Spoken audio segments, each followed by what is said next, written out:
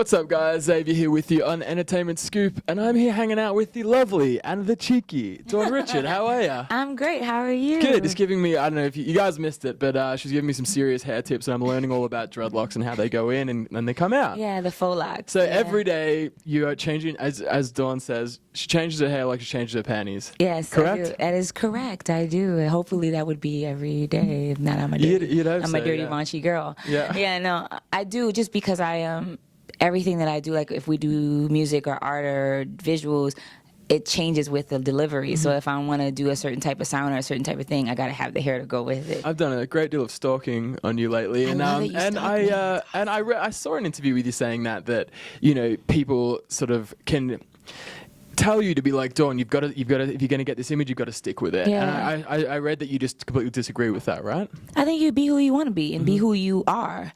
It's interesting because people say that, but I've seen like 75% of the industry change. Like Rihanna never stays. Rihanna changes her hair all the time, and it's totally fine. She looks amazing in any hairstyle. And I don't think anyone's saying, Rihanna, you have to. She does what the hell she wants to do, and we accept it because that is who she is. Yeah. I think it's interesting that people choose to put limits on certain artists, but not others. Like, it's no different than me wanting to change my hair than it is Katy Perry changing her wigs from pink to green to blue to then having sideburns, so then it's no different. I love it. Ow. Tell me. So I really enjoyed reading about the process of Blackheart, the album that came out at the start of the year. Yeah. And I don't know if you guys say this up in the US, but I mean, for what I read, it seemed like you were really pushing shit uphill to get that out. Do you guys say that? Yeah. It's like, so I mean, you really went. I mean, it got delayed. You know, you had to raise the funds for it. You really had to work. Well, actually, for years to get that out. Actually, that's a total. Whoever said that is wrong. Okay. I didn't raise funds for Blackheart. What happened was, I always do innovative ways to interact with my fans. Prime example, this last song that I released called Roses, I did it via Periscope, which is us writing. I wrote the song via 20 minutes with the fans via Periscope. Wow. So when I heard about Kickstarter, it was in the very beginning stages, and I was like, this is super cool because you can ask your fans and cater for what the fans wanted. So I thought Kickstarter was cool. I never really needed the funds because I'm independent. I can release a album any kind of way I wanted. When I did Armor On, which was the first EP I did, I didn't have anything, and I released it. So if I wanted to release an album, I would just release it. But I thought Kickstarter was cool. You're involving people because in it, you can involve. There's like these packages, and fans could get involved, and they can tell you what they like. I thought that was innovative, and now it's become crowdfunding, which now is massive for companies. So I'm never really looking at something and looking at it as just an artist. I'm looking at it as a business. I thought that was a smart move to do because your fans feel more a part of the process. I had to stop it. Did not raise it. I had to stop it because then Danity Kane kicked off. That's right. And that's so exactly then right. The so choice was on pause, you right? can't do your stuff and this. So Dawn, you got to stop doing your solo stuff. So I had to stop. And at the time, Kickstarter thing was still going on. So I had to stop all of that stuff. What was it like pausing in between the project and picking up on it? It was fine because I felt like whenever our stuff would do what it would do, it would only help whatever I would do after. So I had no problems with stopping it. So I just was like, okay, well, cool. That's why it never, when people put it out, I'm like, that wasn't what that was. I was just doing something more. So it was kind of a misconception. Yeah, because I'm always trying to find cool, innovative ways to release. If anyone knows me, when I did Golden Heart, I had shades. I did a whole release that way, and it was that kind of way. And then Blackheart was all vinyl. I didn't do a CD. I just did vinyl, and I did it all visual. So, like, we have like 8 visuals to that one album, whereas Golden Heart only has 2. It was more about the sound. This one's more about the visuals. So, like, there's always a campaign. It's never just... And that's super interesting. You're talking about the business side of things because you've completely taken this on as a boss, like Outdoor Entertainment.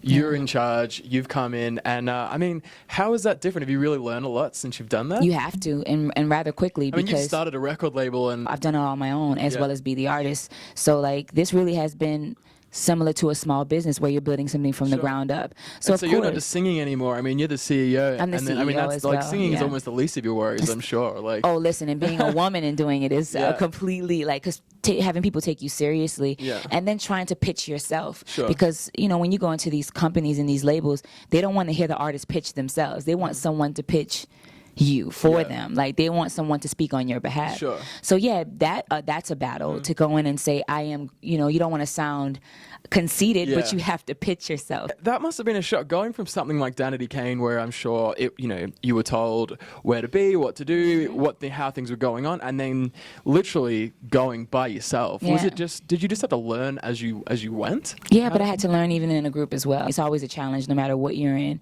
I mean, when we were in a group, we had to deal with the fact that we were 5 girls and we were writers and we could sing and we could do all these things, but we were told we couldn't. Yeah. And then fighting that battle. So I mean, it was always a battle. But I think with this one, it's a little bit more difficult because I chose to do music that I love.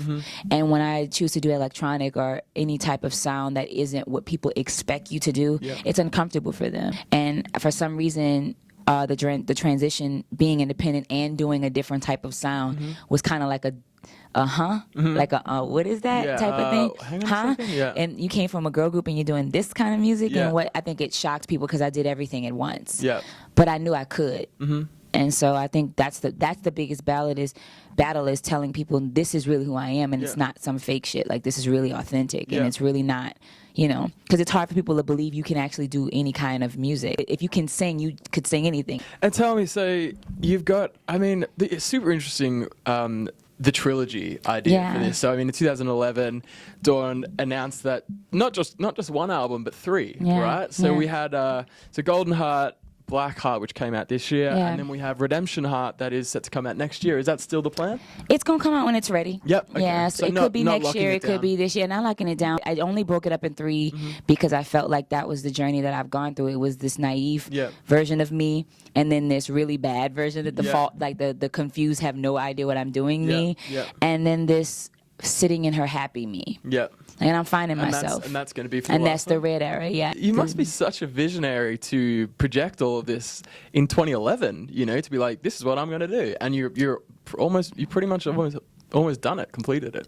Because things are cyclical and you go through life. Like, I mean, you don't just say, oh, I'm going to be great today and I'm never going to fall again. No, every time you wake up in the morning, it's a battle whether or not some things you're successful at, some things you fail at. Sure.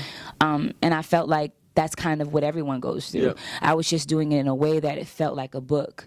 It felt like if at the end of this, people could choose what they liked. Sure, but the point is to do that. And everyone was telling me, you are a very ambitious little girl. And that was, 3 albums, and it was joking. And then the second one came out, and they were like, it's not just all talk. So at first it wasn't just a good idea. It was very much like a pat on the head and like, oh, good.